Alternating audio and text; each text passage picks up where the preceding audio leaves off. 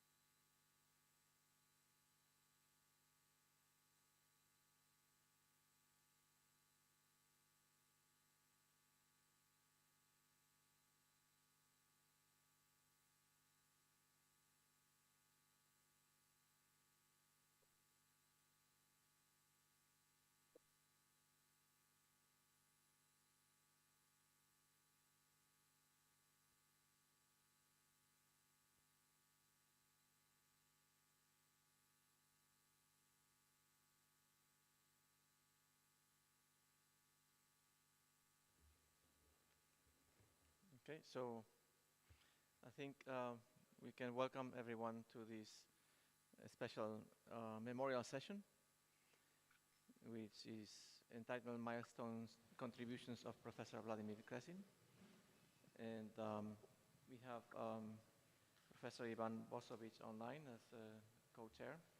I am Germán de la Fuente, and I think Professor Bosovic can introduce our first speaker.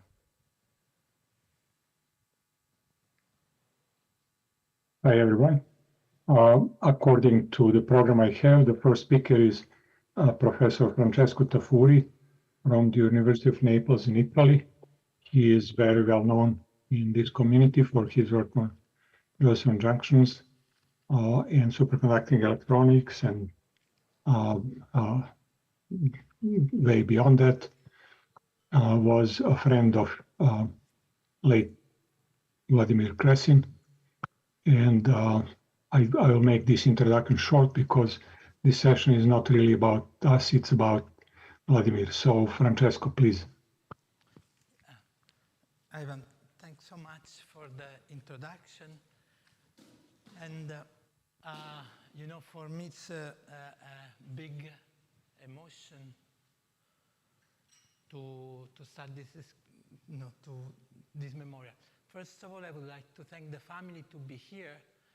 Vitali, if you can say a few words, that would be very nice, would really appreciate, and then I will start saying a few words. Can you hear us?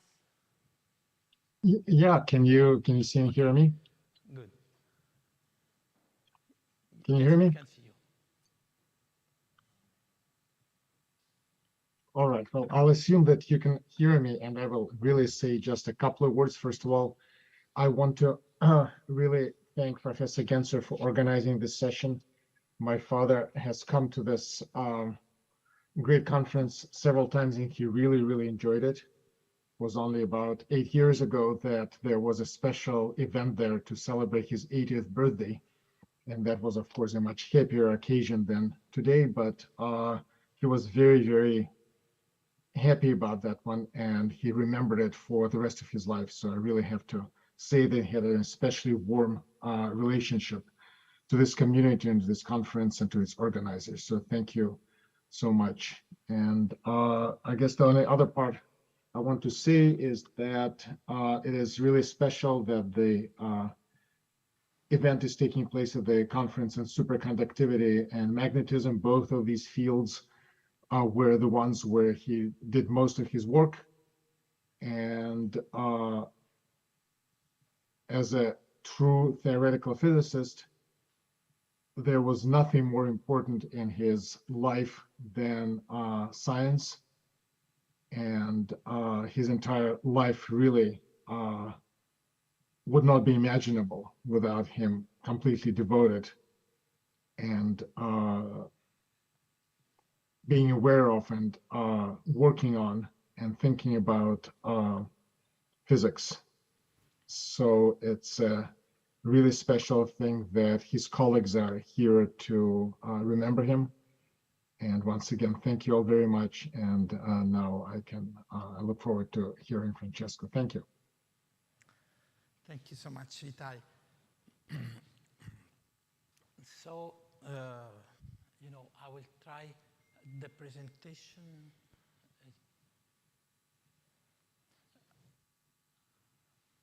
Okay, good. So, you may ask why an Italian experimentalist on top is going to talk about. And, you know, the reason is here that Vladimir was a very good friend of my maestro, Antonio Barone, and there are a couple of pictures of a few years ago. Actually, this is 99, and this is Vladimir, this is Antonio. And so I have to say that my life was very influenced by him because, you know, I was first year PhD student. He was passing by Napoli with the conversation proximity, and Vladimir said, Antonio, why don't you send him to Berkeley for a short time? And then life started. And this is telling that just before, because it says a lot about the attitude. Vladimir, it's hard to talk after Vitaly. He said all important things, so I'm going to tell minor things, but from a point of view of a friend, of a colleague, doing same kind of research. And Vladimir was very open-minded and very supportive towards ideas, young people, and I will see in the following other things. So I'm using some outline of this journal superconductivity, and I advertise for everybody. So here, the main point, the main interest, as Vitaly said, he made remarkable contributions in transport of electromagnetic properties, proximity effect, isotope, strong coupling, and we will see shortly in a while some of his papers. And so I would say that his contributions are really remarkable for high TC superconductivity. We'll see shortly in different fields. So starting from high TC, then how to increase TC, the last superconductor. So this was one of the big themes. And the other one was for sure weak superconductivity, proximity effect, Josephson effect. So making research on clusters and how to couple clusters with tunneling.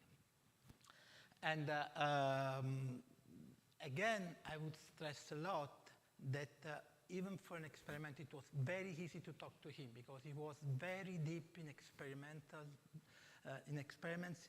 He had a very pedagogical approach. It was very easy and very comfortable to talk to him. He would get the real physical problems, and it would be an important, very clear. This is very, very simple. The other way around. And this is also something that I took from Berkeley Lab, and again, general information about, I took some parts that really describe him so well, at least for me. About the numbers of the papers and the topics. His work combines sharp physical insight. And again, as I told a few minutes before, it was very nice to talk to him, and also very easy to extract theory from his works and the discussions with him. And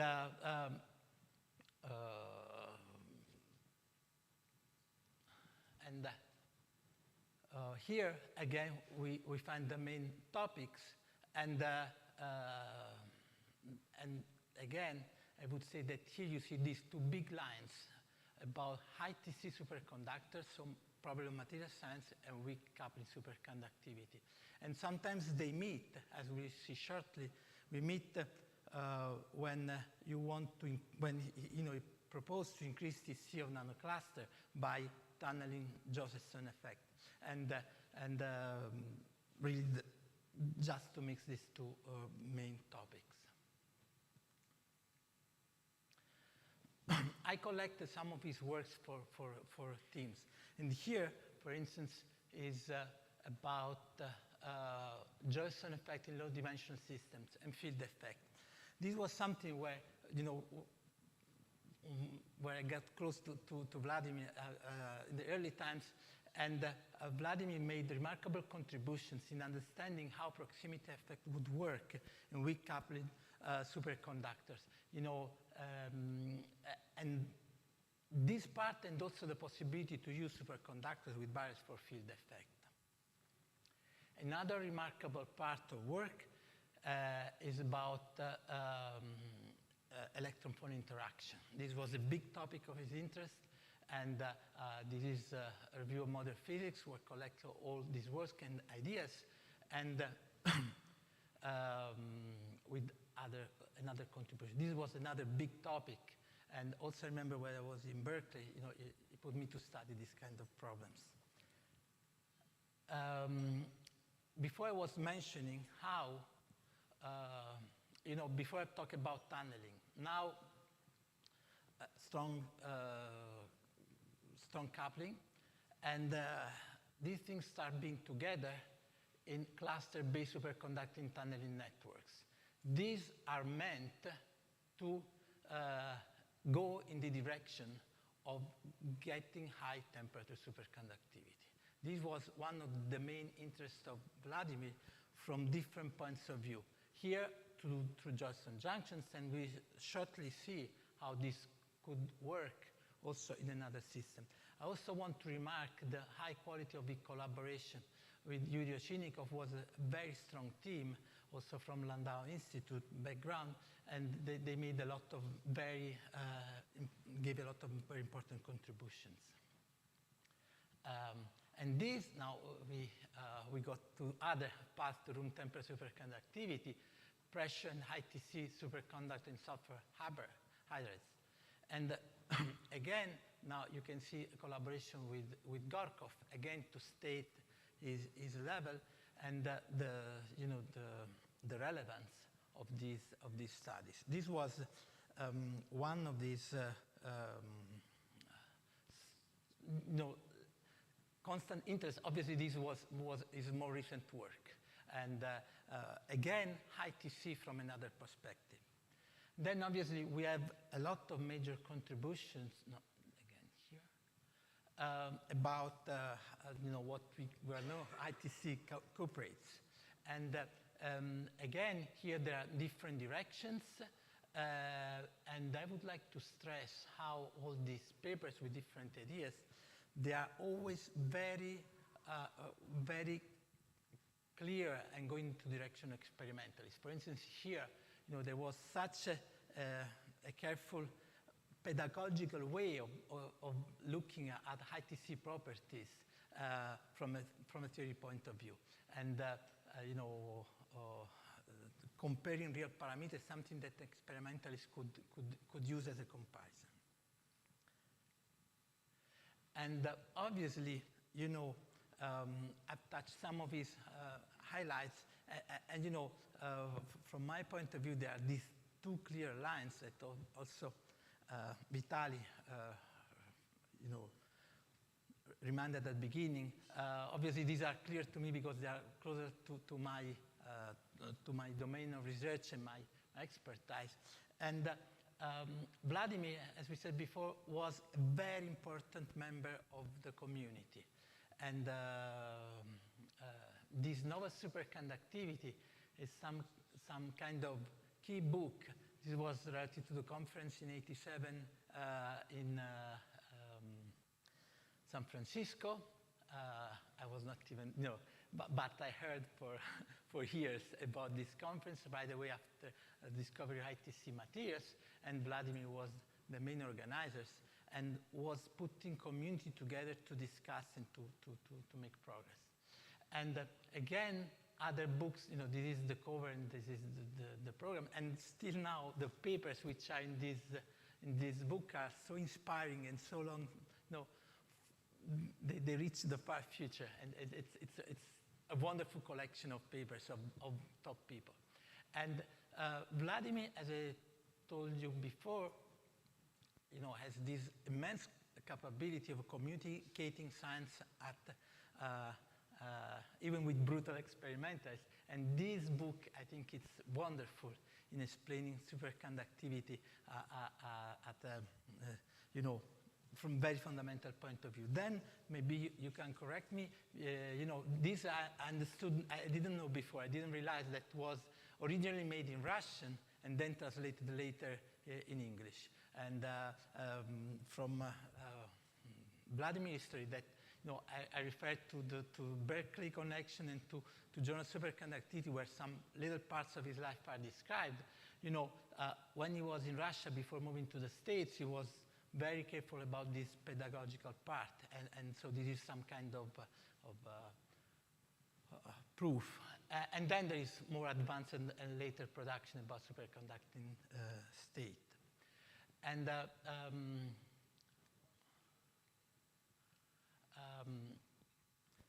then obviously,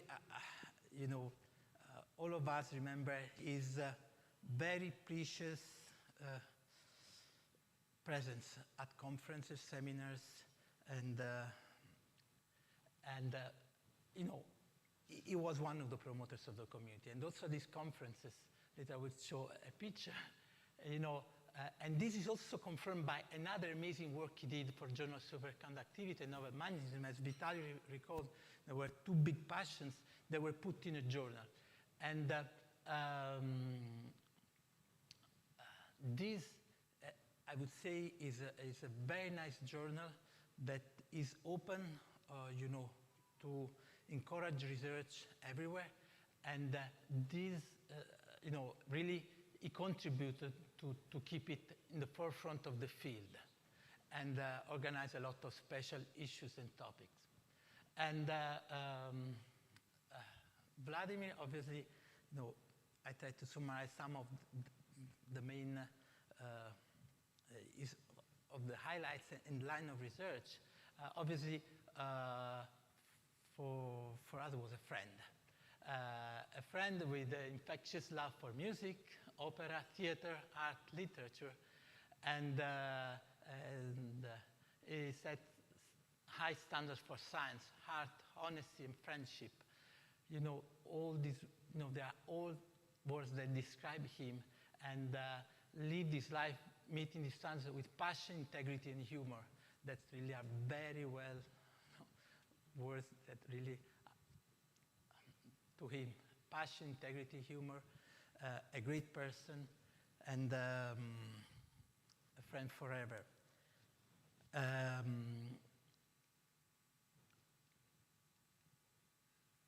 This is, I was mentioning Vitaly when we saw a month ago, that he was already not in good shape. This is, April the 2nd, where, we were working to nominate Yuri Ochinnikov for the Larkin Memorial Award. He was already not in great health, but always keeping the community alive and doing something for, apart from the research. And I will conclude with a few pictures, as a friend. The first one is, it's at the conference here in 8 years ago. This is on Bosphorus in Istanbul with Lilia. And this time he was he was coming back from the theater opera in Napoli, and then he passed at my place. It's about 20 years ago, and then here it's again at our place with Tony Leggett, John Clark making the memorial for Antonio Barone, and this was one of the most recent one in Ischia, and again, I would say a life together from science point of view, and really, it's sad not to have him anymore. His telephone calls late in the evening, and I think it's enough. Thank you.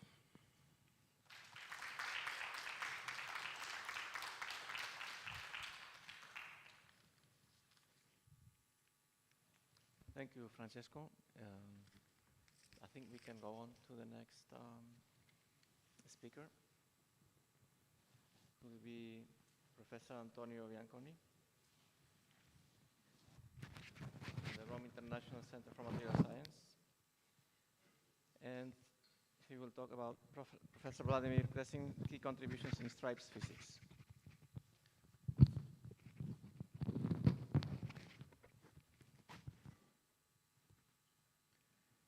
Okay, I have a big emotion. Vladimir was a real friend, and the beauty of the life is made by your friends. It was a scientist that I met for 30 years, and perhaps the first time was in Erice, but so more than 30 years ago. And then we met regularly. Science is beautiful because you can become friends everywhere in the world. So and he was really a good friend. Be friends for me and crazy means that we can share emotion and passion and integrity and smile and the passion for science that is a human activity. Science is a human activity. It's not a technical. It's really human activity, and with the crazy, we were able to share the passion for music, for science, for poetry, and also the joy to be out of the fancy stuff, to be out of the fancy theories, out of the majority, so there were the few. And since he was one of the first to propose a multi-band superconductor before ITC superconductors, so with Gelman. So he was the first in many fields. He has a special smile. The smile of Vladimir was very particular, was provocative, was beautiful, was honest. So he was a really honest scientist. He was believing to theory, and the theory should be explained also experiments. So experiment should be looked at always with a new eyes. That's why he helped us to grow a new generation of scientists and to discuss and to bring the real beauty of science. I remember him in many occasions. I remind him like he's here now with us. I remember one evening, it was in '96, I organized with Alex Mueller the first Stripes conference in Rome. And we have a dinner in Barberini Palace. It was a beautiful place. And then at the end of the meeting, everyone was thinking that this Stripes physics is something completely new, unexpected.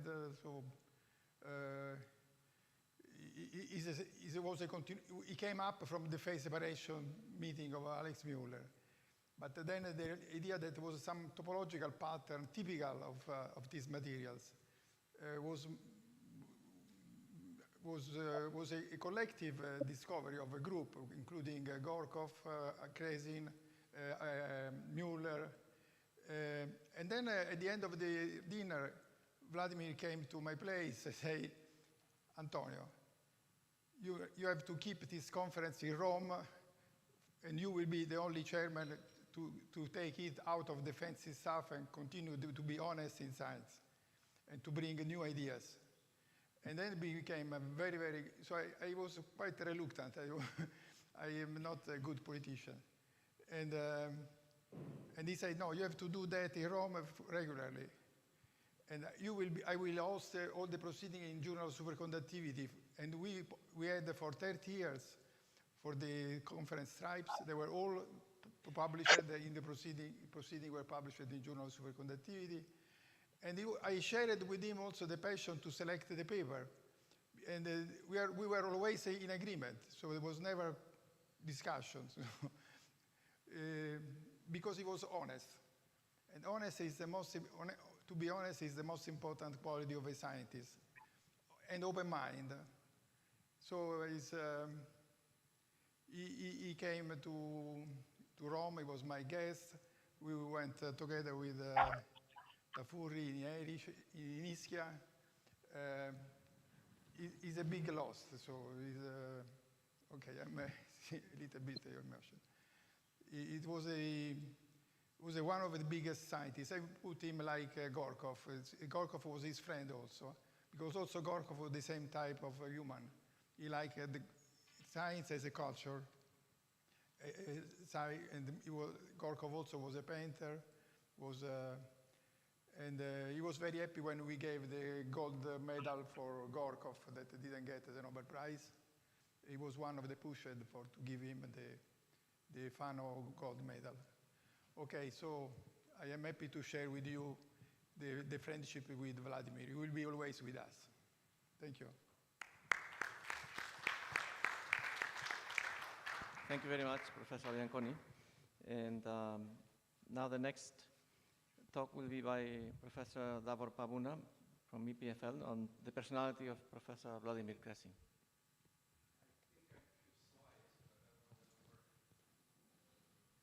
I can do it without slides if they are there.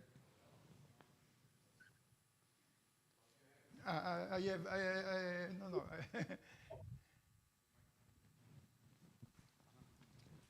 I can use this one. It's fine. Okay, thank you. Okay. They want me to emphasize this part, which of course, that's fine. It's easy enough for me. And of course, I'm also emotional. There's a thing which I want to tell you immediately. Vitaly, if you are online, hopefully your mother is also online, Lilia, because we were very close friends. I just can start with an anecdote. In 1992, he was supposed to come to Lausanne to visit us and give a talk. And everything was ready, and suddenly there was a panic, and I didn't know how to contact him. And I had to cancel everything. And then they continued to Geneva or whatever. And it was very simple. I sent a message. That night, my daughter was born. And I couldn't really be with Lilia and himself. And this is life, we just discussed. I mean, everything was prepared and everything. And then suddenly you go to a hospital, you're with your wife, you get a baby. And the good friend, his wife, we couldn't do anything. We didn't have those phones and everything. And so, event like that. There is another one which I want to show you. This is very important. The speakers before me said a lot of important things, and I will not repeat, but I'll still say something which says a lot. I don't know how to move this. Can you put the next one for me, please? The next slide. This is important, next slide. And the reason is, you can see Vladimir here. And next to him, and you all know, and Antonio already mentioned, is Alex Müller. And if you read one of the books to which, one of the Festivals for Alex, who is still alive with us, Vladimir said how they clicked immediately already at the Woodstock of Physics in New York. And I knew Vladimir so well, in many discussions like other people said, and we discussed things which I'm not really free to say in the public, like, as you already said, he was very honest. And we already noticed in the early days of ITC and knowing of the past, there were certain people who were trying to take over, so to speak, physics. And as some of you will remember, we had a, was it called ITC update and stuff like that? So there were kind of comments where were not always clear and so on.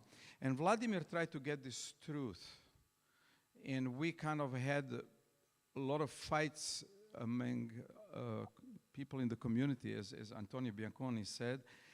And Vladimir was so close to Alex Müller that he would always talk to Alex. And I think Antonio said, and several other people, Alex Müller had a fantastic feeling for science, and Vladimir shared it. It's almost like, as you said, it's kind of a friendship and it's intuition. It's kind of artistic part. And I remember the early conferences, be it in Stripes, or also we had conferences with Ivan Božović in California, even before Stripes in '94 in Los Angeles, and I met Vladimir. And Vladimir had this rare combination, as Tafuri said as well. He could understand experiment, he knew the theory, but he had this sense for science. And to share science with him, it was special, absolutely special. Then if you go here, we can see Shangelaya here on the side, because Shangelaya was in those days also doing the thesis in Zurich, and also was Claude Müller. And two of them, and this is why I wanted this photograph, Alex Müller and Vladimir Kresin helped many, many people. You know, in those days in the US, you couldn't get easily a position in the theory, because there was basically already from day one, school of thought that it's basically one band Hubbard plus extensions. I'm oversimplifying, but that was it. And it was pretty powerful. And even for experimentalists, it's not easy. And those that had ideas, like Alex Muller, as you correctly said, and several other people, and Vladimir came even from multi-band story and had also some discoveries before, that was not easy. So there was a kind of political correctness, so to speak, and there was a true science. And we had already from day one a bunch of people who were coming to all these conferences, whether we're doing in California or elsewhere. Vladimir organized several of those, where we are trying to get the facts right. And Alex Muller, just like Vladimir Kresin, were among them. And just to show you this, in year 2000, there was a meeting in Klosters in Switzerland on the superconductivity next millennium. And there were many of these people I mentioned. And really, again, honesty was the matter of the day. But again, the same year, 2000, Vladimir organized in Berkeley a meeting and invited all sorts of experts. And just to show you what kind of person he was, at some point he tells us, today we have a special guest star. And we were all there, you know, a lot of good people, scientists. He said, today I invited Edward Teller. Now, can you imagine, we were, you know, or experts in superconductivity mainly, and Edward Teller, everyone knew who he was. And Edward Teller, at that time, he was already 100 years old, and he was in the chair.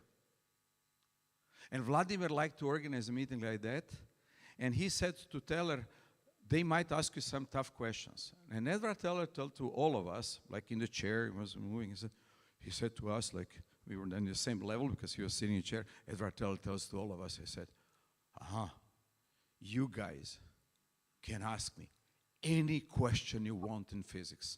I reply in 30 seconds. Wow, we were frozen. That kind of personalized. And I was standing next to Vladimir, and he was kicking me. He knew that I can be kind of bold and asking. He said, but ask him something. Nobody wanted to ask. How can you ask Teller a question? I mean, you know, the guy knows all about it. I said, Professor Teller, do you still play your piano and Chopin on your piano? And Teller was frozen. I said, how do you know that? Well, I said, I read Dyson's book, and Dyson's book showed exactly what we said. Scientists are also humans. They like art, they like poetry. And Freeman Dyson described Edward Teller, and that's very much what Vladimir told me is exactly true. He liked to play piano. And as you said, and Tafuri, we had so many events with Vladimir at various conferences, and with also his wife Lilia, where we just felt this human part. And to conclude it with the latest news that happened later on. Last time, more or less, that he came to visit me in Lausanne, he gave a talk. And that was at several conferences as well. And then he pulled out something which we share passionately. If you go to next slides, you will see, because I have a next slide. In this diagram, we met more or less around here when this started with ITC. And in that diagram, we all learned about complexity and how to go theory and complexity and all the personalities that you heard. And Vladimir was definitely somebody who helped everybody, including the journals, and talking to us regularly. And if you go next, already we heard, next slide, we heard about the book. Now, the book was translated from Russian, and the co-author was Stuart Wolf. I know them both very well. That appeared in 1990. At the time, I was writing a book with Michel Sirot, and we were only 1 or 2 years late. So if you saw next one, we wrote the book, and we had the foreword by Pierre-Gilles Dejean. What we just appeared 1 or 2 years after Kresin and Wolf. And then we met. And the question was, is there any jealousy? Because we wrote the book, and those guys wrote the book, but there was none. We were recommending each other and everything else. Unfortunately, Michel Sirot, also a good friend, he passed away on the 1st of July this year as well. So we lost also Michel. But in 1994, when there was a conference in Grenoble, M²S, all these people were together, and science was shared. So there was not this kind of opponents. Vladimir and everybody else in the community was working for science. And you will see now why. If you go to the next diagram, This was he shared. How many times I discussed this with him? I'm sure you did and everybody else. Vladimir was convinced, like probably many other people in the audience, that we are just in the beginning of superconductivity.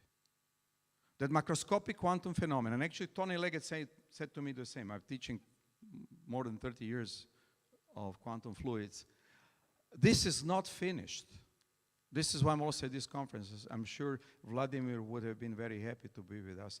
Vladimir had this dream and he had this vision.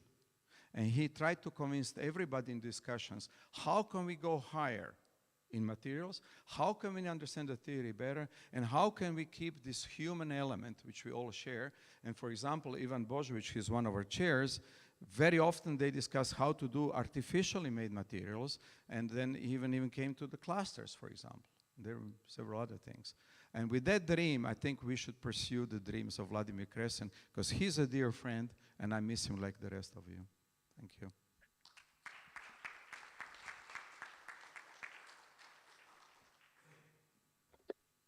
Thank you very much. And I should pass my word to Professor Božović, who is online.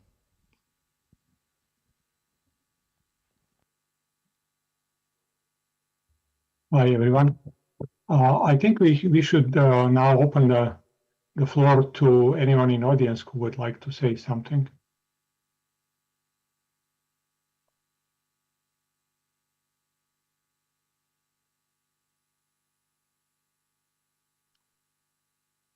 Ali, you look like you're handling microphone. Yes, thank you, Herman. I'm sorry, Ivan also.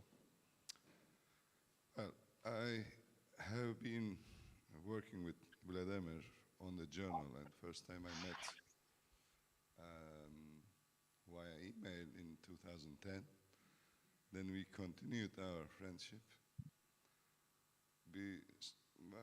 I'm not an easy guy, so most of times we discuss few issues and we never get crossed, but he was a good man, and let's say, let him stay in peace, and this is my word to him and to his family and all friends. Thank you.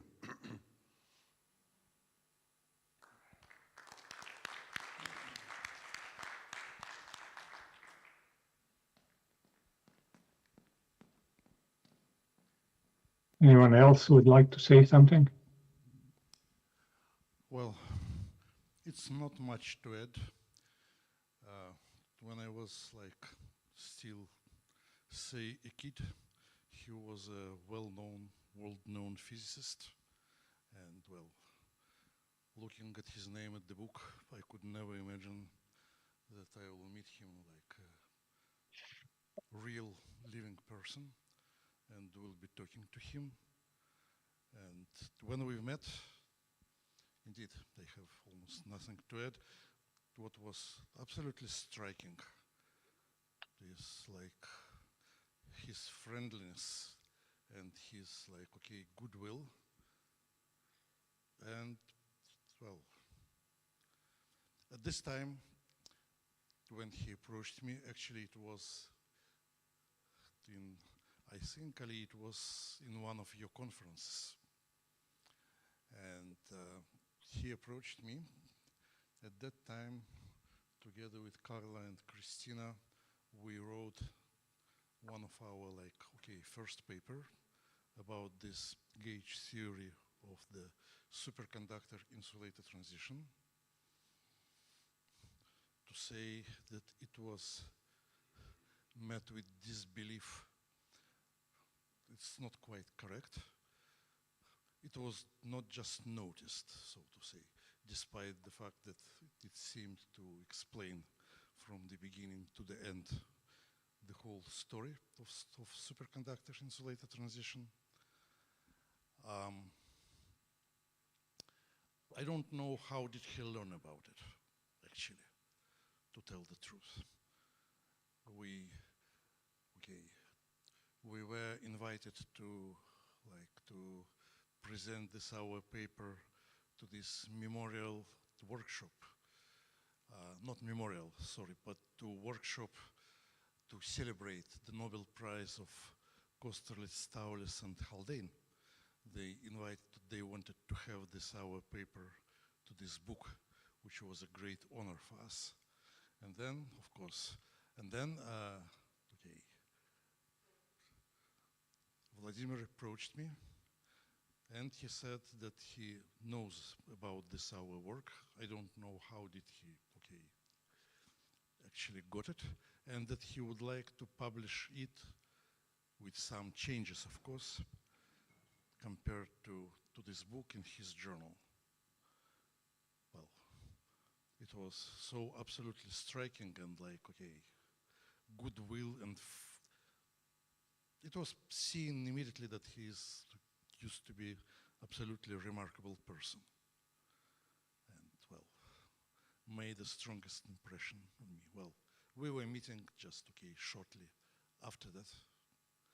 The paper was published, and well, but this first impression, which I've got, I probably will never forget.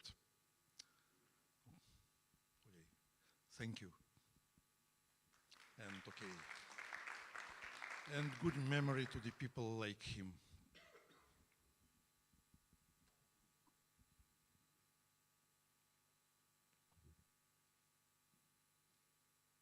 May I say a couple of words real quick? Sure, go ahead. Okay, just a couple of notes. First of all, as it has been mentioned, as obvious, you know, the first part of my father's career took place in the former Soviet Union. He did not have a smooth path to becoming a well-known physicist. He was prevented from entering the physics faculty after graduating from high school because he was Jewish. It was only by meeting some remarkable people and getting remarkable advice that he was able to become a physicist. And that really developed an enormous sense of willpower in him, because nothing was easy in that life. Then when my parents decided to come to the United States, one of the main reasons was that so I would have a chance at a good education and become a physicist myself. They had to restart their lives from scratch. And that also was not something that most of us, or many of us, have had to experience, and nor do we wish anybody to experience that. But that also required an enormous amount of drive and dedication to science. That's one thing I wanted to point out. The other thing I want to say is that those of you who know his work, and it has been commented on many times, his style of work, his dedication to theoretical physics, his taste in theoretical physics, connection between physics and experiment, making sure things are correct, making sure your calculations are done thoroughly and honestly, making sure that you're being true to the physics and not to your tastes or political preferences, are directly descended from the school of Landau. Those who are familiar with Landau's work can probably hear the echoes of that style in my father's work as well. In fact, Landau was one of the greatest life influences on him. He met him personally. He loved talking about a time when they had an opportunity to spend a couple hours together one-on-one. Was one of the most influential couple of hours in his life. And it is a sad realization that that entire school, that entire textbook, that entire physics culture is now beginning to recede into the past. As many of you probably know, Lev Petaevsky, who was probably the last living direct student of Landau's, passed away at the end of August. And therefore, that entire physics culture is now turning from a live, breathing organism into something which is more of a museum piece. Of course, lots of grandchildren are continuing to move on, but it is kind of a realization that the entire taste in physics, the entire school of physics, as of this summer, is kind of beginning to turn from a living body into more of a recollection. So we should be aware of that, because that is a rather momentous event, I would say, in development of the history of the science. And with that, I'll finish. I just wanted to thank you all again for being here. This group of friends and colleagues would have been very, very precious for him to be aware of, and it really makes a big, it really means a great deal to both me and to my mother, who is also online watching this. Thank you again. Thank you very much.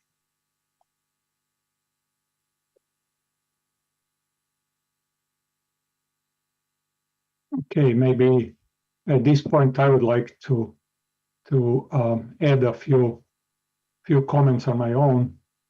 We have heard several speakers repeating as main aspects, characters of the character of Vladimir Kresin was his great communication skills, his clarity and simplicity in communication, his physics intuition, his critical logical thinking, and also his humor. And I would like to comment upon all of these to give it a little bit of a twist. It is true that he was capable of communicating in very simple, clear, intuitive terms. He would use ball and stick models and analogies and metaphors. And when you hear his talk and when he talked to me, I could understand everything. For example, when I talked to Phil Anderson, I could understand nothing. So that's how I talked about Vladimir, until I heard him talk to people like Yuri Ovchinnikov or Gorkov or someone else. And then he would suddenly switch to a lingo of, anomalous functions and some other heavy stuff that I cannot follow at all. And only then I realized that his main characteristic was his enormous bandwidth in the communication. He was capable to communicate at the highest level to the appropriate audience, but he was also able to adjust his language and communication to people who understand nothing and know nothing. The second thing about, this physics intuition, I would say he had a great imagination because he was thinking in pictures. He had physical pictures of atoms, of molecules, of superconductors, and so on. And that, of course, coupled with his creativity, would immediately trigger model explanation for any new experimental facts that he would hear. If he were present with us today, I think he would be smiling to find out that the younger physicists are rediscovering electron-phonon coupling and disorder and granularity and localization and the like, things that he was talking about already about 35 years ago.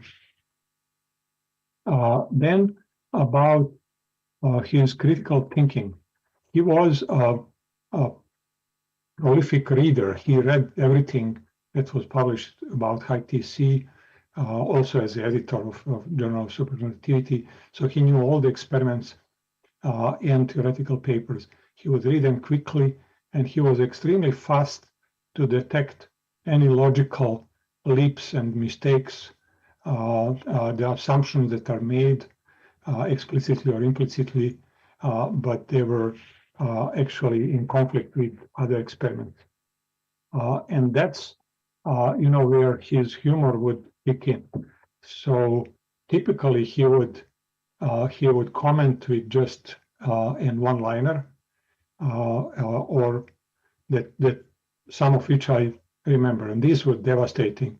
So there was 12 years ago or so, there was one phenomenological theory that got a lot of fanfare and publicity, and he looked at that, and his comment was, they just read the experiment one step backward, and that did it to me. I could never take that theory seriously ever after.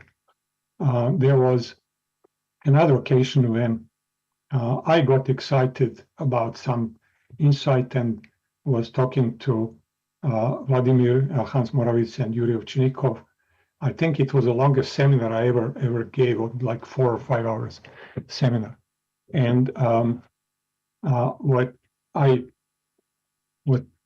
my original paradox that sent me on this path was realization. Now we are talking of year 89 or 90, that we had like 10 greatest theoretical condensed matter physics of the time, like Phil Anderson, Mott, Bardeen, Leggett, Laughlin, etc., come up with Ginsburg and so on, come up with theories of high TC that were all different, orthogonal to one another. So not more than one can be right. The other n-1 must be wrong.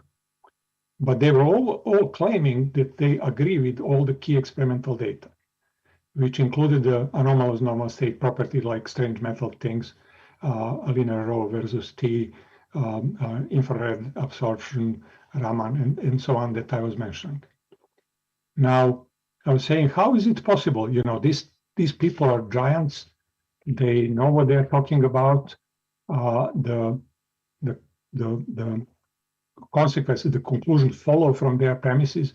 How could that be? And I was saying, okay, it is possible that each of these people is making theory based on, let's say, 5 or 10 postulates. But not all of these postulates are actually necessary for the consequences that follow. It may be that 1 or 2 are crucial, and they have these 2 all in common. So each of them has these 2, but then they have others, and that's why in the end they look different. So what could it be? And what I came up with was that each of these theories, when you look at it, it has coexistence of a broad band with something like a delta function in the density of states. For example, in the theory, let me pick up one example. In the theory of Mott, you have a broad band which is polaronic, and then you have a narrow band which is bipolaronic. And in RVB, you have spinons which are fermions, therefore broad, and you have holons which are bosons, therefore sharp, and so on. And now, if you have that, from that you can derive basically all the anomalous normal state properties. You are going from a big peak in the density of state to a flat band, so that's why you have rho versus T, and then you have infrared, and you have Raman, etc. And anyway, I was very excited about that, and as I said, it lasted like 4 hours or 5 until I told everything that was on my soul, and then Vladimir had one of these one-liners. I probably responded with mine, but it worked on me, and I never ever published that, nor even talked about it to anyone again. And that's about his sense of humor. He would sometimes, instead of one-liner, he would throw a joke, which was something from Soviet era, like Radio Yerevan jokes and so on. And that would be a metaphor that was a killer. So if you worked in his field and overlapped with him, you can count on that he has read your article and that he actually made one of those one-liner comments. So did I. So that's where we had great resonance. But none of this will be published before my death. So I think if he is listening to us now, he's probably smiling.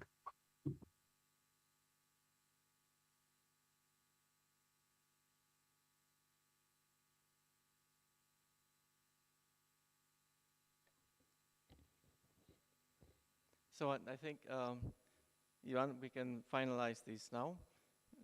Yes. Yes, thank you for being there, and thanks for everyone for participating and remembering such a great figure. Thank you very much. Yes, one moment. Yes, we have some announcements. Yes. just overriding, but I think we need 5 minutes break, then we will start this quantum technologies session. Just 5 minutes and take coffee or something, and then we will resume. And you will be chairing the session, I think, for the next session. Yeah? I don't know. I don't have the program with me.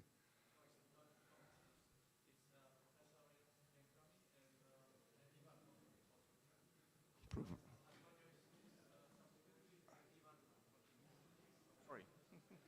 Let me see the program. Ali, it's me and Antonio, Tony Bianconi. Okay, that's great. That's great. Okay. Yeah, Bianconi and myself. Tony, I suggest that you handle it because you're in the room, and I will be online. Thank you, Ivan. Nice to see you again.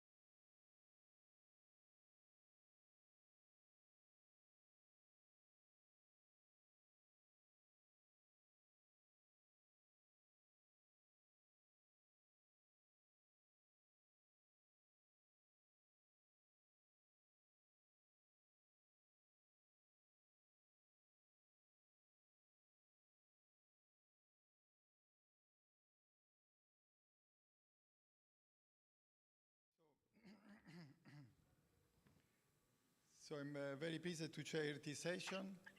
We have top-level scientists with the passion of science, like Vladimir Kresin.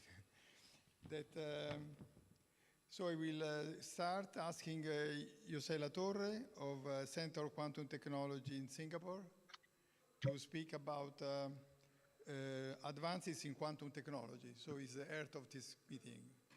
Can you speak? Do you mind if I read, because I know the latest developments? Okay. José Latorre may be not here because he will be joining us on Thursday, tomorrow. So I think we have Roland with a gender, and you can read. Okay. So we have Roland Weissengander.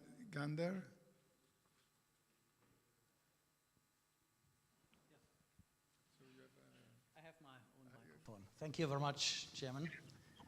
Good evening. Welcome to this discussion forum, also from my side. So this evening, we are expected to discuss advances in quantum technologies and what we expect from these advances. And I would like to pick out one particular example where advances in quantum technologies could make really a difference. And this is actually the bottom-up design of unconventional superconductors in magnet superconductor hybrid systems. So this is actually based on earlier work in our group going back 15 years in time on atomic scale spin structures built up atom by atom with the help of a scanning tunneling microscope tip. So we started actually some time ago to build up nanostructures like chains, but also 2D assemblies, for instance, of magnetic atoms like here, iron atoms on a platinum single crystal substrate. And what we can do is we can really predefine the distances between the atoms. We can, of course, also select the species here. We can select the substrates. In this case, we have purposely chosen a substrate where we expect high spin orbit coupling. And that has an influence actually on the spin texture of this chain, because as we will see, we will not have a typical collinear state as we would expect for iron, but we have a non-collinear state. So the beauty is that we can not only do atom manipulation with the help of a scanning tunneling microscope tip, but we can also perform spin-resolved imaging on the atomic level. So this is the spin-polarized map of that chain of iron atoms, and you see here that there is here a drastic change in intensity of measured spin-related signal. It's in fact the spin-resolved tunneling conductance which we measure between the STM tip and this nanostructure. And you see that here the intensity is low, then it gets very bright, then low, then bright. But then you see it's not fully periodic. And if we look at a line section across this chain here, which is plotted here, you see that this is typically a beating pattern resulting from the superposition of two spatial frequencies. Namely, a short period wavelength, which is coming from the interferomagnetic short-range coupling. And this is primarily determined by the RKKY interaction between the iron atoms on the platinum substrate mediated by the platinum, and a superimposed long wavelength period, obviously, and this is actually due to the interfacial Dzerzhinsky-Maria interaction for that system. Now, the beauty is that we have been mapping out the distance dependence of the RKKY interaction as well as the Dzerzhinsky-Maria interaction, independence of the crystallographic directions and as a function of spacings. And so what we could do in the past years is really design such kind of spin spiral states, not only for one-dimensional systems, but we also discovered, for instance, two-dimensional skyrmions in ultra-thin films like iron monolayers on iridium and many others, due to the insight into the atomic scale fundamental interactions like RKKY and Dzerzhinsky-Maria. So that was very important, of course, and that was actually already here the topic of a plenary, by the way, at the very nice ICSM conference at that time in 2012. Here you can see the organizer, Alec Genser, also attending that meeting. And how did that help in the following? Now, as you all know, there have been beautiful expectations and predictions by theory, actually making use of magnet superconductor hybrid systems to induce novel, exciting superconducting states. For instance, topological superconducting states in systems where you have a spiral state, just as you have seen it, but now interacting with an S-wave superconductor. So of course we have to replace platinum by something else like niobium. It was a wonderful prediction theoretically, because not only the topological superconducting phase was predicted, but also the so-called Majorana states, as I have reported on Monday. And so by atom manipulation, we could build up these structures here, in this case manganese chains on a niobium substrate in the superconducting state, and we could really map out the predicted zero energy modes here, very well separated from all the finite energy states, which are trivial, and we could even determine the topological nature of the gap structure, and this is seen here. As I explained on Monday, we do this by Bogolyubov quasi-particle interference and Fourier transformation afterwards. And so we could really map out for the very first time the in-gap band topology inside the gap of a superconductor, really showing extremely nice agreement between the experiment and the theoretical expectation for topological superconducting state for a quasi-one-dimensional system, and we could even determine the topological gap size. So this is what I reported in detail on Monday, as you know, but there have been many other nice predictions, and I would quickly like to go through. I have limited time. So in 2016, 6 years ago, the Princeton group of Bernevik made a very nice prediction about a topological superconducting state when you bring ferromagnetic islands in contact with an S-wave superconductor, and you expect then chiral Majorana edge modes along the periphery of these islands. Again, you can do a bottom-up approach and basically realize such a model type system, for instance, by iron monolayer islands on a superconducting rhenium substrate. What you expect is that within the superconducting gap, you have a chiral Majorana edge mode. So if you would look at the edges, you would, of course, expect to see intensity then, of course, which you would not be able to see in the bulk of the island. And this is exactly what you see beautifully here when you map this spectroscopically with the help of a tunneling microscope. Right at Fermi energy, you see this great intensity coming from this Majorana edge mode. You see induced gap here, a full pronounced gap. So the iron island becomes superconducting due to proximity with the rhenium substrate. And you see, of course, how the system develops if you go higher in energy towards the coherence peaks of the superconducting rhenium. And there was in beautiful agreement the theory by Dirk Mohr and co-workers from Chicago. You can go on and look, for instance, for topological nodal point superconductivity, as has also been theoretically predicted. In this case, you can just go for manganese islands which have an antiferromagnetic ground state and interacting with a superconducting niobium substrate in this case. And the nodal point superconducting state, which was predicted, is beautifully reflected in the scanning tunneling spectroscopy maps, and you can prove that actually by looking at the different signatures of different edges. For an antiferromagnetic island, namely, you have ferromagnetic and antiferromagnetic edges, and also this kind of more open ferromagnetic edges. And the different edges show up differently here with different brightness, and you can read this in more detail in this publication. Finally, and this is another beautiful prediction by theory, in this case by Nagaosa and co-workers from Japan. They have predicted that if you bring a spin spiral state in contact, in proximity to an S-wave superconductor, you can also create a novel type of unconventional superconducting state, in this case a P-wave superconductor.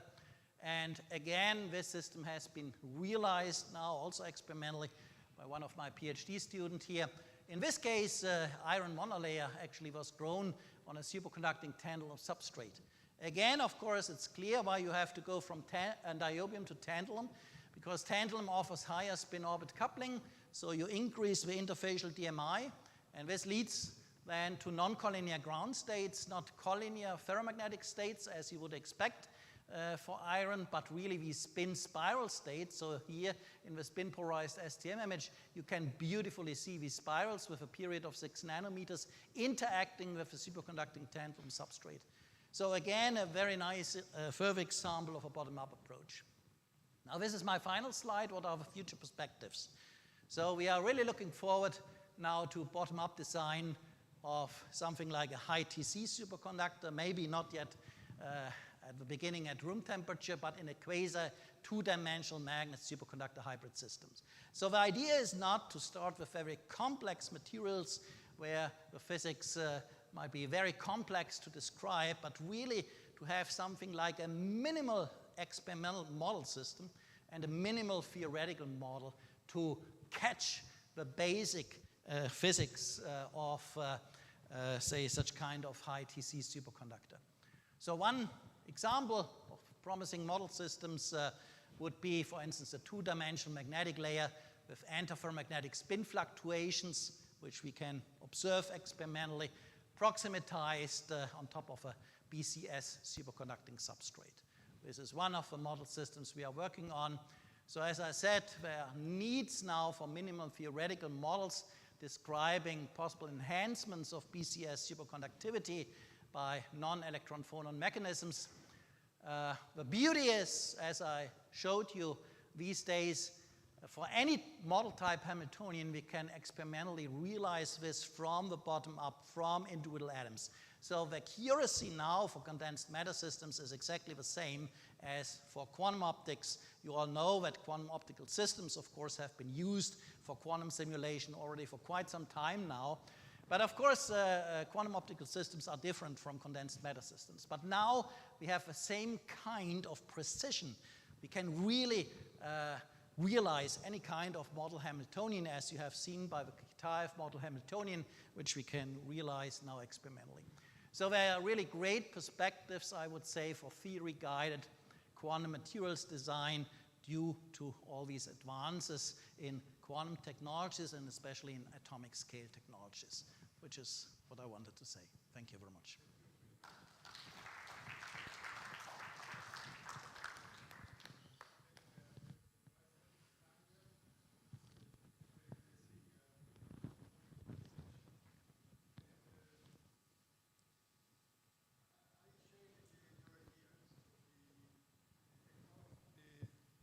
The advances in nanoscale technology today open really a completely new windows for different world where we can control a nanoscale structure.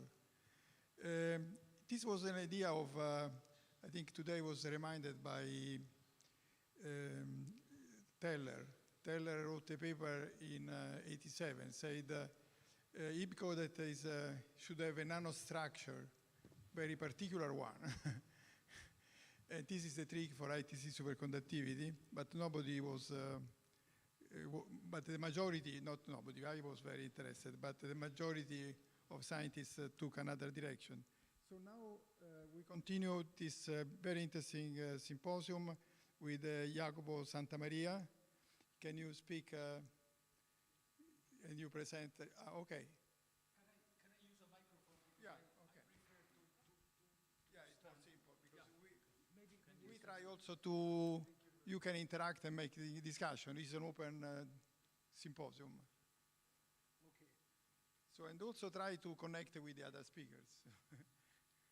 Actually, I think I will use. Okay. Can you hear me? Yeah. You can hear. It's not open. Okay.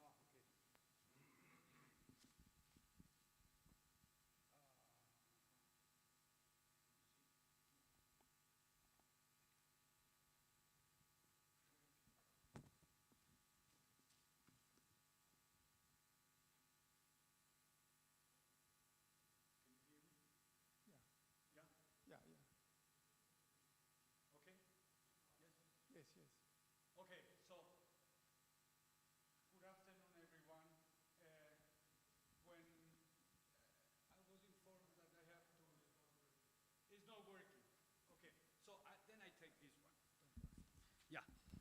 Very well. Now, so when I was informed that I had to participate in this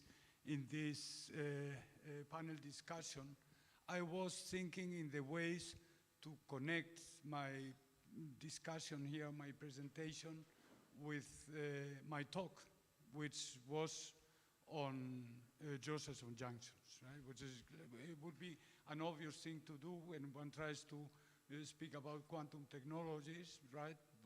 Josephson junction is a quantum device, so I mean, it should be easy to find a connection, right? But I mean, after the talk this morning of Professor Francesco Tafuri, we have learned already that there are a wide variety of novel kinds of Josephson junctions that maybe show very interesting effects that could be used for quantum sensing and for many applications to build quantum bits, etc.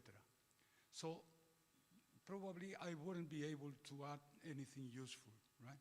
So I decided to change gear in a sense and share with you a few thoughts, probably very, very naive, very primitive, right? And in which I would be happy if you interrupt me and you correct me and you add further on what I will try to share with you. So the idea is that, I mean, we enter the era of the quantum technologies, and there's many people that started already working in killing applications, in killing devices. They're trying to buy computers. I'm a materials guy, right? So somehow I have the feeling that we need quantum materials to build quantum technologies, right? And I was trying to prepare this talk. I was reading a recent article by Bob Cava in Chemical Reviews, where he was proposing that there is a sort of circular argument that one needs actually the quantum technologies to understand the quantum materials. I mean, if I would ask to this audience what is a quantum materials, they would be probably many different answers, right? But there would be in common that all of us can recognize a quantum material, the quantum Hall effect, the graphene, a topological insulator, macroscopically entangled system, quantum spin liquids, correlated materials, etc., right? The problem is that very few of these systems are understood in depth, right? The physics is not completely understood due to their complexity. And we are facing a moment in which we propose that quantum technologies will help us to understand the properties of quantum materials. And this is the circular argument, right? And the question is, do we need a revolution in quantum materials before we can face a revolution in quantum technologies? And this I would like you I would like to have your opinion on this. I mean, quantum materials, a minimum requirement is that they are quantum at macroscopic scale. So they, a part of their intrinsic complexity, they will interact very strongly with the environment, right? Eventually entangling with it, right? And what is the effect of disorder in quantum materials? So there is a number, I mean, of I think very important questions that we should able to answer, right, before we can use these quantum materials for specific applications. And that's the reason probably because why people, I mean, I cannot connect specific quantum materials to applications other than the trivial devices, say, right? So this is basically what I wanted to say, and of course I would very much appreciate if you can add to this. If you are, I mean, if I manage to motivate you somehow, if you can add some arguments to that. I thank you very much for your attention. Thank you, Jacopo. I would like to thank you for posing questions. So in your talk, you just don't declare sentence, but you open questions. So one question is, what is a quantum material?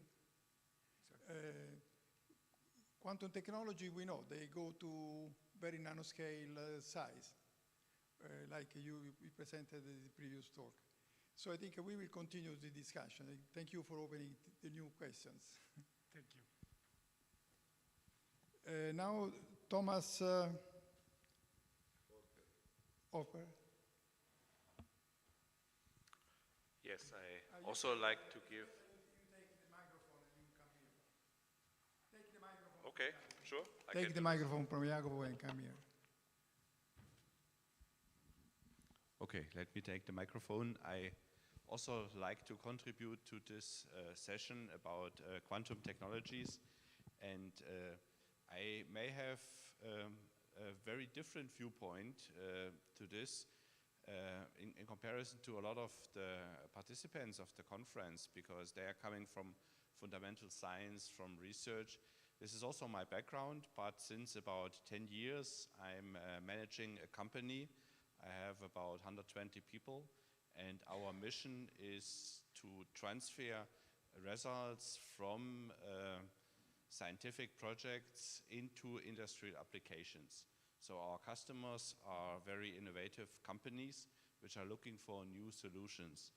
And in this case, I'm first of all responsible, of course, for the 120 people and for the success of the company. So most of our, let's say, successful business is based on classical but very advanced products based on semiconductor technology. But nevertheless, we are looking for the next generation of solutions. So we have three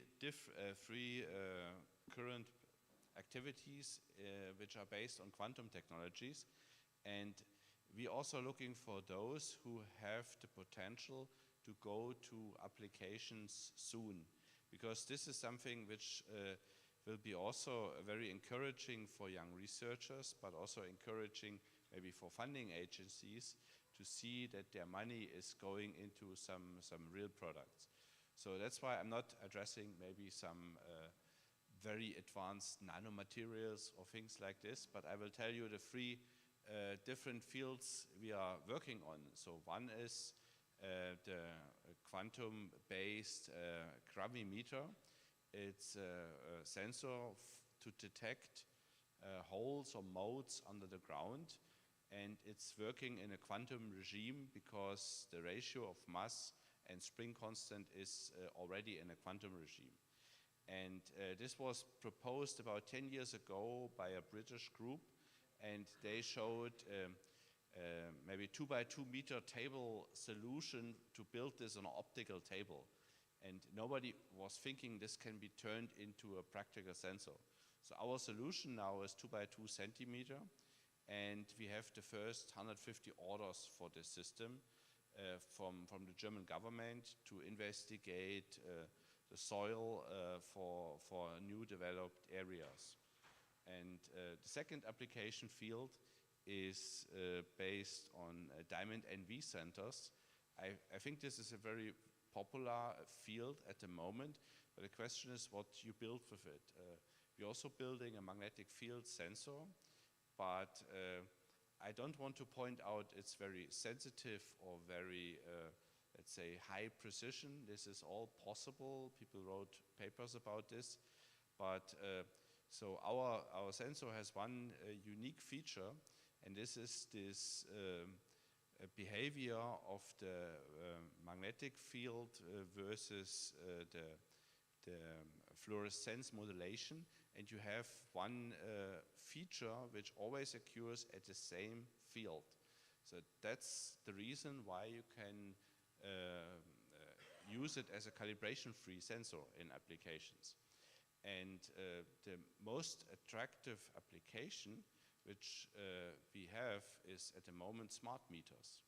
So there are companies, especially energy is an important issue, electrical energy at the moment, and they are afraid of people manipulating their meters, and they want to use different systems, not the classical magnetic system.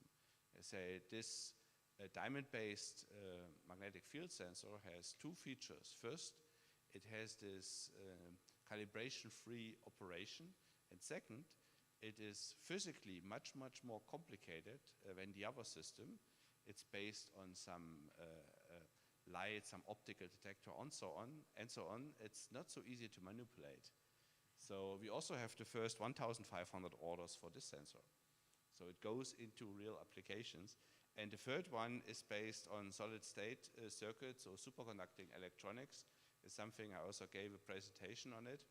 And it's a little bit harder to say how many, let's say, devices have been ordered by someone, but our business case is not selling the solid-state circuits based on Josephson junctions. In this case, our business case is system integration. So we offer flip chip assembly, smart attachment of optical fibers to the system.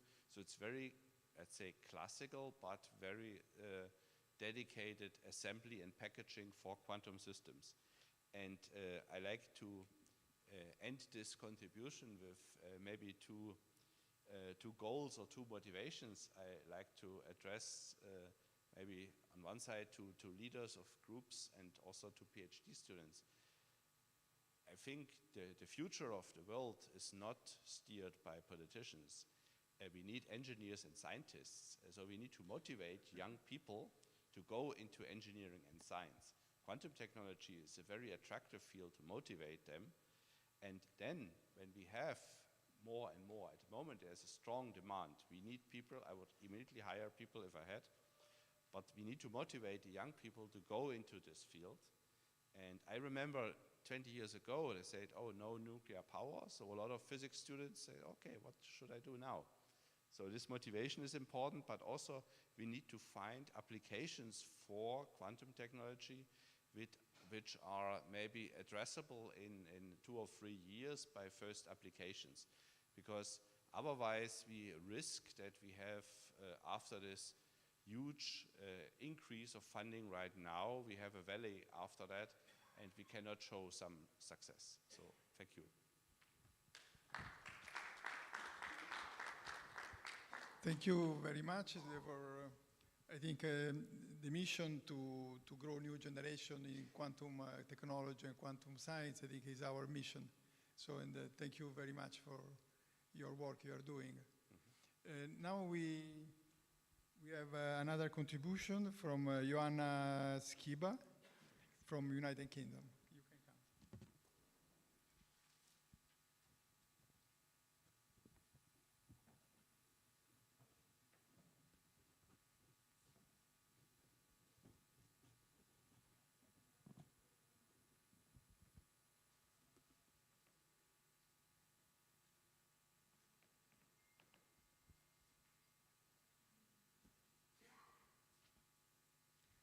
Okay, I will start talking.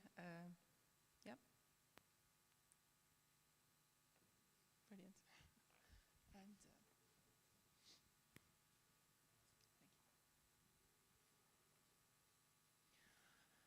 thank you. So I'm a physicist, and I'm a physicist who works for a company. So I look at quantum technologies from the perspective of applications as well. So we share the same kind of base view.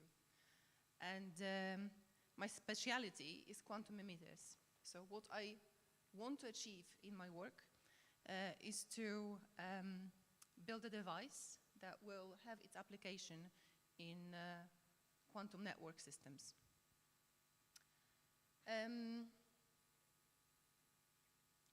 So I work with photons. I don't work with electrons. I work with photons that have spins. And I manipulate spins.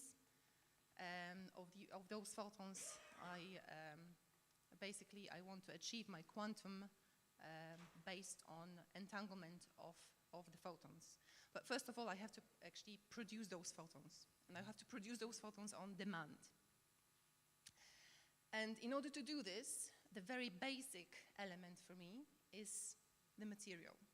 And I wouldn't achieve it with simple structures, simple, not so simple, with structures like quantum dots. And I've prepared only one slide, but hopefully that will take me quite a long time to talk. So I wanted to tell you from my perspective, when I looked back at the topic recently, I found out actually how much has changed since the beginning of quantum dots. So Stransky-Krastanov quantum dots, they were first experimentally achieved more or less when I was born. I'm slightly older than them, so about 35 years ago.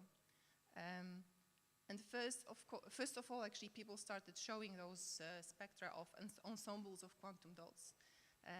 And then eventually, after whatever 20 years, eventually we ended up showing individual lines and started working with those individual lines. Also within those 20, 30 years, we found out that we can achieve those quantum dots, those single quantum dots, at different wavelengths, starting from, let's say, 600 nanometers up to even 2 microns, which was quite attractive. Obviously, this all depends on the material that we're using, on different configurations.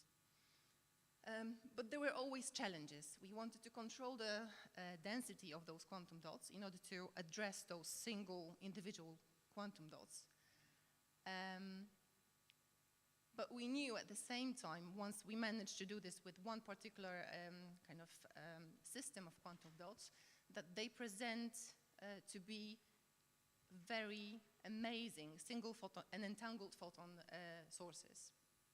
Obviously, there were still like little kind of issues like fine structure splitting that is related to the dot elongation, coherence times of the photons. And also there was a big question, can we and when can we start mass manufacturing those quantum dots and putting them into proper devices?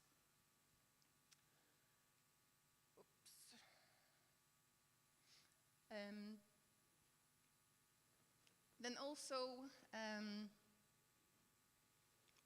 probably about 10, 20 years ago, once the single quantum dots were achieved, people started working towards site-controlled quantum dots. And there was a great talk today by Ian Farrer showing the latest achievements within this field, where University of Sheffield could achieve the control over the density of quantum dots by placing them in determined, predefined positions on the wafers. Obviously, this is a great advancement because once you know where the dot is, you can build amazing device around it. And obviously, the mass production problem is essentially, it's seeing a light at the end of the tunnel, because potentially the site-controlled quantum dots, they can definitely help. That could be useful. Obviously, there are still questions whether these site-controlled quantum dots, whether they will have improved fine structure splitting, what will be their line width, what will be their optical properties in general. But this is all something that will most certainly will be resolved over time. Then the next step forward, I believe a massive breakthrough, was inventing the new technology of growing such quantum dots. This is a new kind of type of quantum dots called droplet quantum dots. So in principle, they look the same. So except of the fact that this is SEM image, this is AFM image. They are also randomly nucleated, but the growth mechanism is completely different. I'm not going to tell you right now the details, but the great progress and advance of the droplet quantum dots is the fact that we've shown that they have amazing extended coherence times, very much improve fine structure splitting. They can reach telecom wavelengths easily, which means they are compatible with existing fiber optics infrastructure available like literally everywhere. And then finally, in the talk presented today by John Heffernan, we found out that there's been some first attempts of trying to combine the two, the droplets and site control quantum dots. And essentially, they've managed to show that they respond to basically finding the lowest potential energy on the surface of the wafers. The droplet like to kind of form themselves within the pit. Everything, this is kind of, they present about 70% occupancy within a certain area. And I believe that, you know, if we tick all those boxes, that could be the holy grail of quantum technology in terms of photons and manipulations of the photons. So, yeah, from my perspective and from the perspective of a person who plays with photons, I believe this is something worth stressing, that, yeah, we've got materials, we've got technology. If we combine the two, we end up with amazing features that can be later on, well, incorporated into devices and used to have proper applications in quantum technologies. Thank you.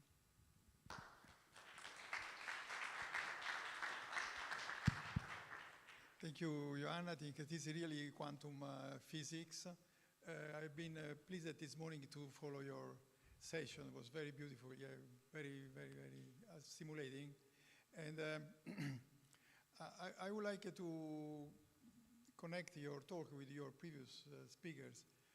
I think that we have to increase much more the interaction between fundamental physics and application, because the example that always I do is that if I calculate the airplane and I have only theoretical equations, I will never go up you will never go in a plane. Only when you see the plane is working, yeah, that you believe.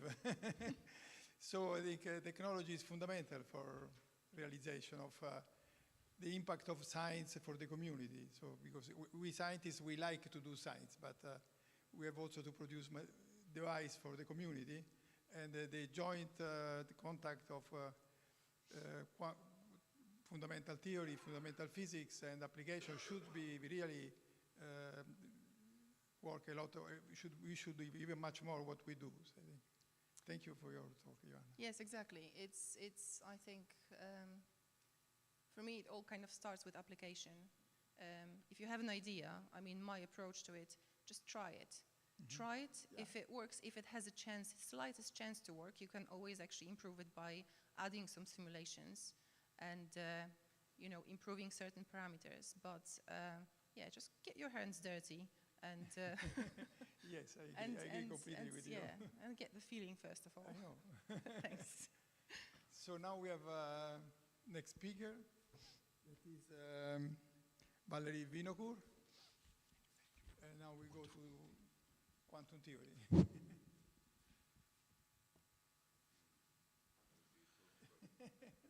Okay. Good evening, and well, thank you for coming here despite this late hour. And okay, now I am working for. Okay, let's see. It's this. Okay, for the company Terra Quantum, which is doing a variety of Terra Quantum Technologies, and I'm Chief Technology Officer in the US. And the spectrum of what we're doing actually is quite wide. And I will try to, okay, to give you like impression of what we're doing. So we started as a startup, and we exist about, Misha, how many years? 3 years, okay. Well, we were usual startup with a capital of like 3 millions.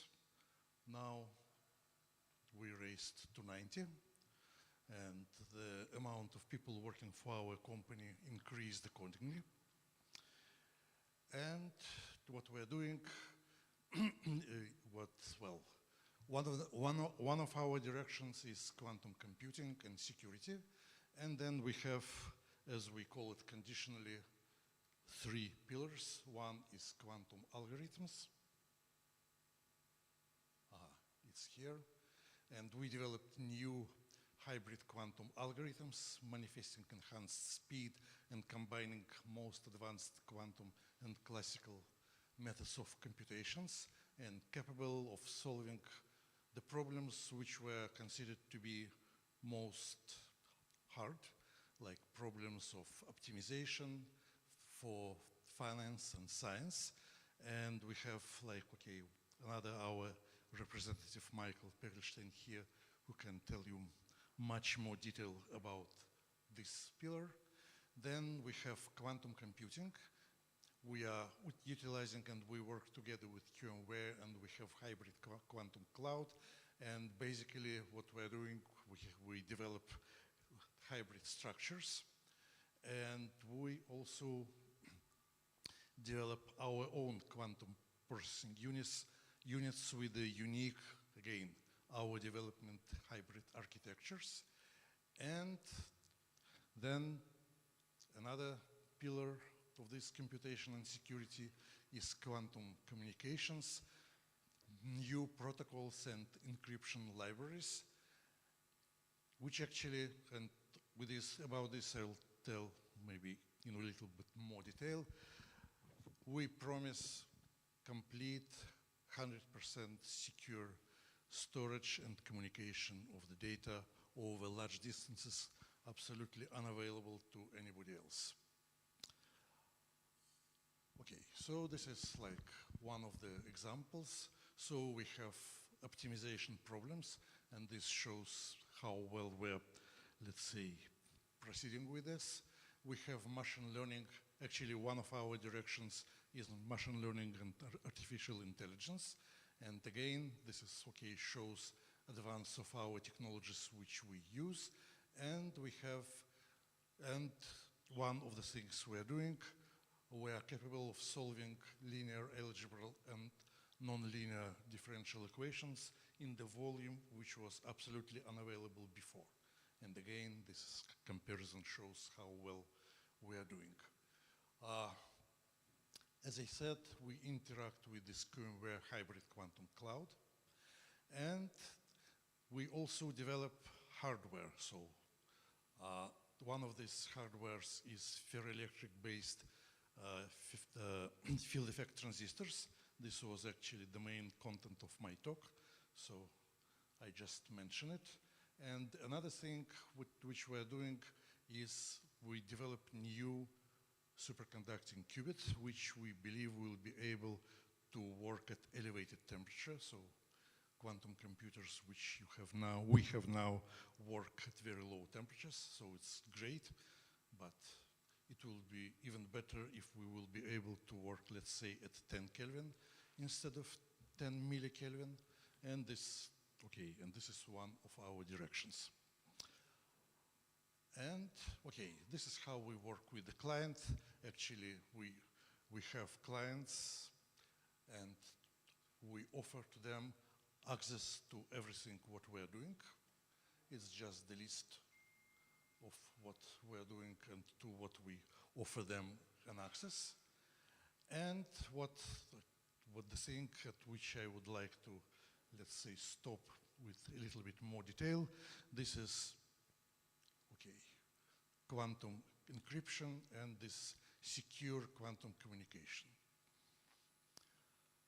Well, if you just open any press release or any advertisement of these quantum companies, you'll find out immediate communication that our glamour future is quantum computing, when we'll have quantum computers at our disposal at every household kitchen.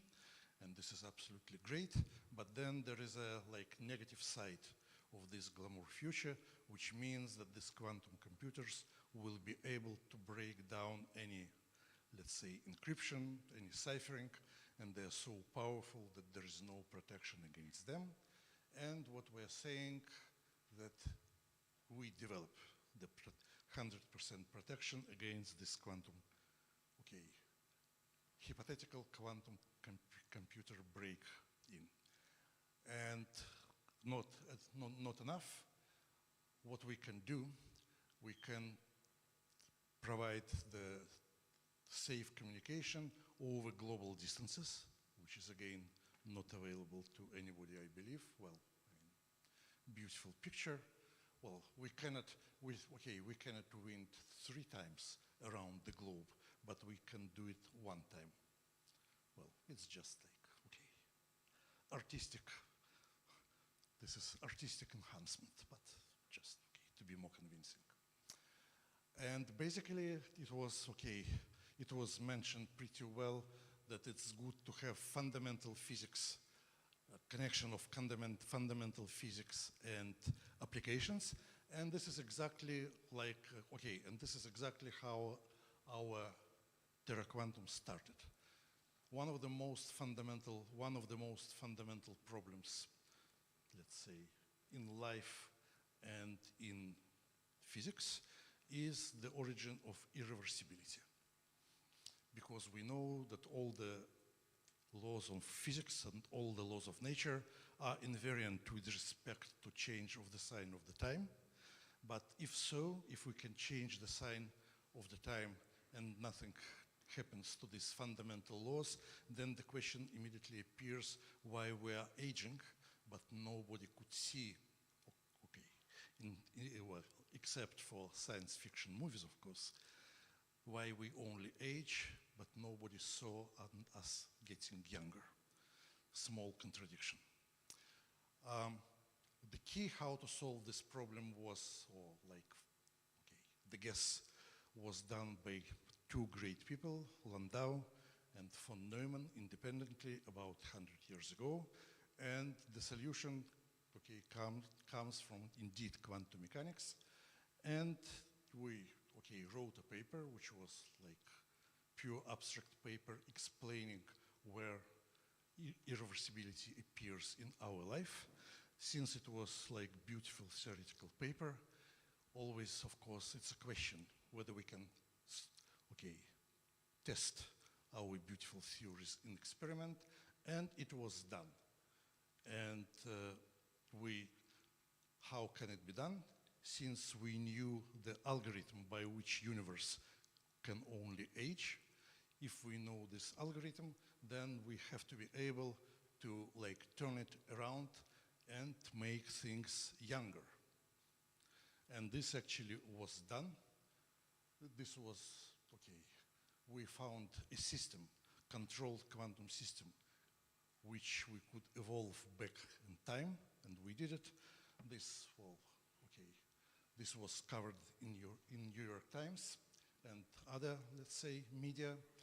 And this was exactly 2 fundamental works from which we derived our new approach to cryptography. And it was completely change of the paradigm of cryptography and the protection, because all the existing methods are based, let's say, on the mathematical approach. We don't have enough time, so I'll be just crude. So to invent the more and more sophisticated way of ciphering or encryption, well, then people invent how to break it, to break the code, then new thing is invented. And our approach was completely different. We took approach based on not on mathematical tricks, but on physics, and based on the fact that we can completely control the line of communications, this fiber optics, on a long distances. And since we can control it, we can immediately find the moment when we have the interference. Okay, sorry. Coming back. And this is like, okay, this is the scheme of how our safe communication does work. So, okay, you know this. We have Alice who is sending the message. We have Bob who is, suppose who is the receiver. And we have eavesdroppers, who is Eve, just by this like accepted, notation. And this is basically our line. So without going into much of the detail, we immediately, what we can do, we developed new kind of quantum key distributions and new protocols. And basically what we do, since when we send coherent quantum state along the line, we immediately know if someone is trying to interfere because, this is the foundation of quantum mechanics. If we measure the state, then we change the quantum state. So if someone interferes, we immediately know about that. And then we can adapt our protocol, just decreasing the number of the photons in the coherent state which we send along the line. And then what happens if the intercepted signal, is small, we can decrease it to the degree when it will be only a couple of photons, intercepted by Eve. And if it's only a couple of photons, to be simple, then quantum fluctuations become enormous and they completely bury the information which was transmitted by these photons. So this is our approach. And this is just quantization of our approach. If the intercepted signal is small, then we have a very high speed of transmitting the signal, 1 gigabit per second. If it will be 0.1% of intercepted, then the rate of the transmission is a little bit less, but still quite impressive. And we can go over these 40,000 kilometers being absolutely secure. So this is one of the examples, probably one of the most striking, and therefore this is what we're doing in all the directions. Thank you very much.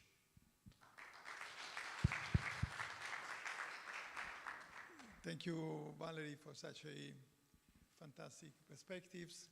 And we have seen another company growing up. I think it's very important for us. Sorry? We have seen, thank you for presenting your Terra Quantum project. I think it's very fantastic and very promising. Thank you. We're now open discussion, so between if there are questions, and we can start to have interaction also between you.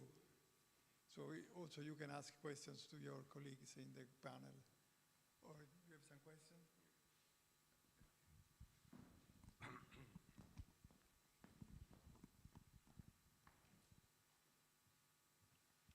My voice is not so good, sorry. I'm trying to work. And I have two questions to all, so maybe. What is the coherence time for the entanglement in your applications? I mean, what time scales we are talking about, and for each application in Terra Quantum, for example, what are the prototypes we have? And we don't send entangled photons actually, because the distance is much too high. So we send coherent state, and okay, so it works like that. We send it to 50 kilometers. Actually, okay, I can tell you much, but okay, there are some big company in the United States for which we are installing this system.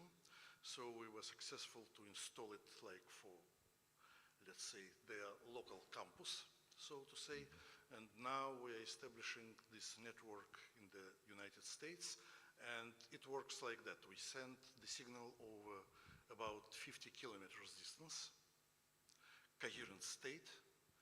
And, well, I mean, it remains to be coherent over the whole distance. Then we have amplifier, which you saw in this, in this scheme. And then the signal is amplified and the new coherent signal, sent off again. So basically this coherence is infinite. But it's a coherent state, not an entanglement. We don't use this, entanglement phenomena for that. Okay. Well, same to you. Sorry? Thomas. Same question to Thomas. I mean, well. But the coherent state, it lives, infinitely long, so to say, because it goes for 50 kilometers, it is taken by amplifier, and then the new coherent state is sent, over the next segment. Okay. Thank you. So I can also not give a, let's say, a straight answer for the gravitational sensor. It's an ensemble of quantum effects. So the measurement time is about a microsecond, but it requires averaging over time. And in case of the diamond NV centers, again, we don't use a single center. We use millions of center and measure the fluorescence sensor. It's not a qubit application. And in terms of the solid-state superconducting circuit, then it was also presented on the conference already what is the typical decoherence time in superconducting qubits. So that's very similar, but we also have this combination of the qubits, their entanglement with neighboring qubits, and the interference with the classical electronics, like the adiabatic quantum flux parametron electronics. And there was yesterday also the question about ringing time and how does this, let's say, control electronic interfere. And therefore we using, let's say, continuous operation between 1 and 10 nanoseconds.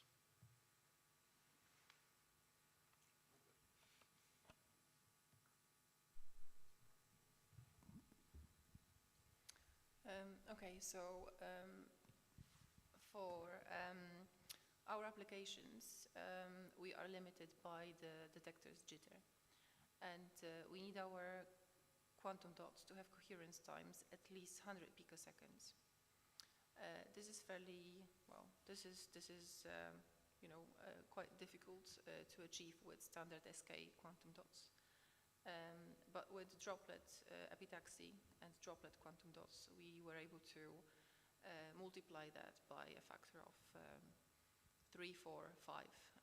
The longest coherence times that we see for our droplet epitaxy quantum dots is probably about nanoseconds, which is a total breakthrough and makes it extremely attractive for quantum applications.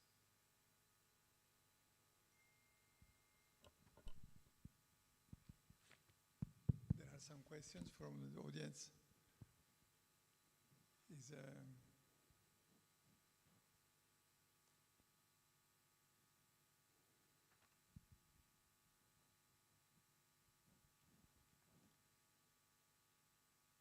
Okay, so if there is no questions, we can close the session. Thank you very much. It was really, really important moment of the conference, this one, because we have seen how science and technology can go together. Thank you very much to all the speakers. Thank you very much.